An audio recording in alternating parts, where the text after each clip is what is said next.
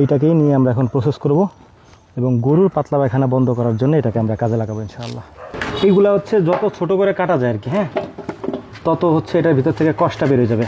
এর শরীরে যতগুলো দাগ দেখতেছেন এই যে, হ্যাঁ, এই যে দাগ দেখতেছেন না, এই প্রত্যেকটা দাগে দাগে হচ্ছে আটালি ছিল। তো মোটামুটি আমাদের এগুলা কাটা কমপ্লিট। এখন হচ্ছে আমরা এটাকে, আসসালামু আলাইকুম, মাত্র 2 দিন আগে আমরা আমাদের এই গরুগুলা সহ বাকি যে ষাঁড় গরুগুলো আছে সেই গরুগুলাকে কৃমির ডোজ কমপ্লিট করাইছি।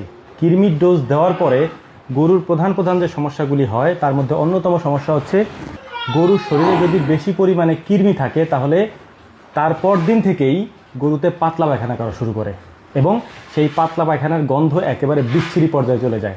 আমাদের এই গরুগুলা যেহেতু একেবারে পাথার লেভেল থেকে নিয়ে আসে আর কি, হ্যাঁ, তো এইগুলাতে প্রচুর পরিমাণে পাতলা পায়খানা করা শুরু করছে কৃমির ডোজ দেওয়ার সাথে সাথে, অর্থাৎ ওদের কৃমির ডোজটা একেবারে পরিপূর্ণভাবে হয়েছে আলহামদুলিল্লাহ। তো আলহামদুলিল্লাহ এখন এই পাতলা পায়খানা দূর করার জন্য আমরা কোনো ওষুধ ব্যবহার করব না।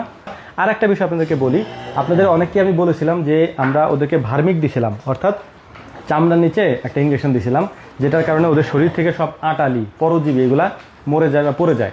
আপনাদেরকে নমুনা দেখাই, প্রথম ভিডিওতে যেরকম দেখাইছিলাম আজকে আপনাদেরকে দেখাই।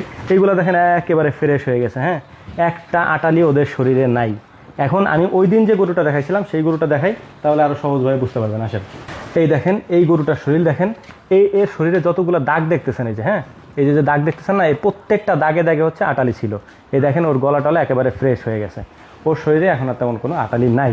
তবে একটা সমস্যা হয়েছে, যখন আমরা এই কৃমির ডোজটা দেই বা ফুল কমপ্লিট করাই তখন গরুর স্বাস্থ্য ঘাটে, মানে ওরা শুকায় যায়। 1-2 দিন পর্যন্ত ওরা খাবার ঠিক মতো খায় না, ওদেরকে লিভার টনিক জিঙ্ক এগুলো দিতে হয় 7 দিন পর্যন্ত। আমরা সেগুলি চালাচ্ছি।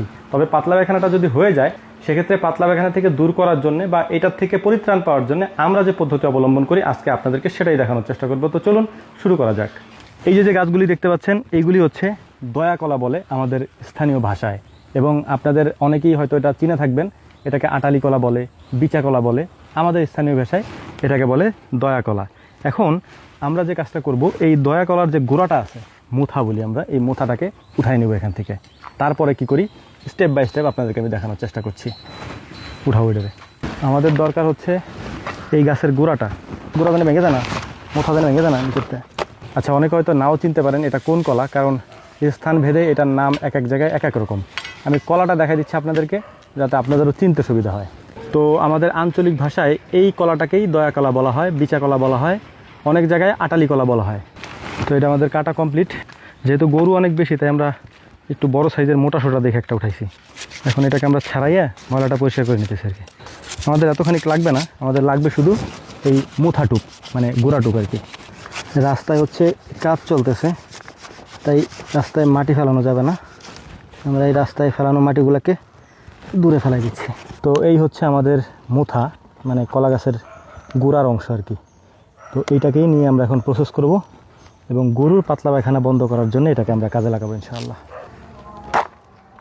চার দে, আচ্ছা ঠিক আছে। তো আলহামদুলিল্লাহ এই হচ্ছে গোড়ার অংশ, যেটাকে আমরা মুথা বলি। আমরা এটাকে কেটে নিছি।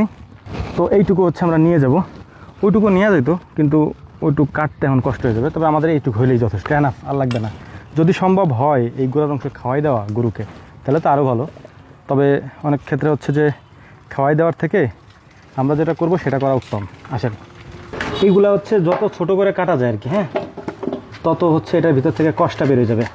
গরুর দিয়ে দেখি খাইনি, খা খা, মন চাইনি খাবার, খা, একটা দুটা খাইলে কিছু হবে না, খা। এই হচ্ছে সমস্যা, গরুতে খাবে না, এই জন্য আমরা অন্য উপায় অবলম্বন করতেছি। তো মোটামুটি আমাদের এগুলা কাটা কমপ্লিট। এখন হচ্ছে আমরা এটাকে পানি দিব এটার মধ্যে। এখানে পানি দেওয়ার পরে কলার যে গোড়ার অংশ, অর্থাৎ গাছের যে গোড়ার অংশটা আছে, এটাতে প্রচুর পরিমাণে কষ থাকে। এই কষটা পানির মধ্যে ছড়াই যাবে। আমরা চাইলেই এই খণ্ডগুলা গরুকে খাওয়াইতে পারবো না, ওরা খায় না। এক্ষেত্রে আমরা যে পদ্ধতিটা অবলম্বন করি, এই গাছের গোড়াটাকে এরকম ছোটো ছোটো করে কেটে তারপর হচ্ছে আমরা পানিতে ভিজাই এবং এটা থেকে যে কষ বের হবে এই কষটাই হচ্ছে আগামীকালকে সকালে আমরা খাওয়াবো ইনশাআল্লাহ। আজকে হচ্ছে আমরা এখন দিচ্ছি এটাকে, হ্যাঁ, এখন মনে করেন যে বাজে হচ্ছে 5টার মতো, 4টা-5টার মতো বাজে। আগামীকালকে 10-11টার মধ্যে আমরা পানির সাথে বা যখন আমরা ভুসি খাইতে দিই তখন ওই ভুসির সাথে বা খাবারের সাথে এই পানিটাকে মিশাই দেবো। আগামীকালকে আমরা অন্য কোনো পানি আর খাওয়াবো না, এই পানি অল্প অল্প করে আমরা 6-7টা গরুকে দেবো ইনশাআল্লাহ। এবং এটার ফলাফল 100% না 90% কাজ করবো ইনশাআল্লাহ। তো এখন এটাকে আমরা ধরো ওই ওজন হয়ে গেছে অনেক, এক জায়গায় রেখে দেবো আগামীকালকে সকাল পর্যন্ত। এইভাবেই গরুর ঘরের এই কর্নারে আমরা এটাকে রেখে দিলাম ইনশাআল্লাহ। এটা আগামীকালকে সকাল পর্যন্ত এখানে এভাবেই থাকবে। আগামীকালকে সকালে বাকিটা আপনাদেরকে দেখাবো ইনশাআল্লাহ। তো আলহামদুলিল্লাহ সারা রাত হচ্ছে এটাকে আমরা ভিজায় রাখছিলাম এভাবে, পানিটা একবারে গাঢ় হয়ে গেছে, মানে ঘন হয়ে গেছে আর কি। তো এইটাকে আমরা বালতিতে উঠে নেব। বিসমিল্লাহ। এটা হচ্ছে কলা গাছের মুঠা যেটা বলি আমরা, গোড়া, সেই গোড়ার কাটা অংশ এবং সেটার কষ। আচ্ছা, সব থেকে ভালো হয় হচ্ছে এটাকে কুড়ার সাথে খাওয়াইলে। হ্যাঁ, আমাদের এখন কুড়া নাই আজকে, এই কারণে আমরা অল্প করে ভুসি দিয়ে দিচ্ছি, এর মধ্যে আর লবণ দিচ্ছি। এটা হচ্ছে খাবারের সুবিধার্থে, নাহলে খাবে না। নাহলে যদি দেই তাহলে খাবে না। এইটা হচ্ছে একটা লোকজ পদ্ধতি, হ্যাঁ, আগের দিনের পদ্ধতি। তবে সব থেকে গুরুত্বপূর্ণ কিছু বিষয় আপনাদেরকে বলি। গরুর যদি লিভার ঠিক থাকে, লিভারে যদি কোনো সমস্যা না থাকে, শুধুমাত্র কৃমি নাই পেটে বা পাতলা পায়খানা করতেছে, নর্মালি করে না, সুস্থ গরু মাঝে মাঝে পাতলা পায়খানা করে না, সেই ক্ষেত্রে আপনি এটা প্রয়োগ করতে পারেন। তবে লিভারে যদি কোনো সমস্যা থাকে, বড় কোনো সমস্যা, তাহলে এটা কাজ নাও করতে পারে। তবে সুস্থ গরু হঠাৎ করে পাতলা পায়খানা করতেছে বা কৃমির ডোজ দিয়েছেন পাতলা পায়খানা করতেছে, সেক্ষেত্রে এটা কাজ করবে 90% ইনশাআল্লাহ। এটা আমাদের আত্মবিশ্বাস এবং আমরা পরীক্ষিত আর কি। তো যাই হোক, আলহামদুলিল্লাহ আমরা দেখাইতেছি, এটা আমাদের পদ্ধতি আর এটা একটা লোকজ পদ্ধতি। আপনারা চাইলে অ্যাপ্লাই করতে পারেন, না চাইলে ওষুধ খাওয়াইতে পারেন, সেটা আপনাদের ব্যাপার।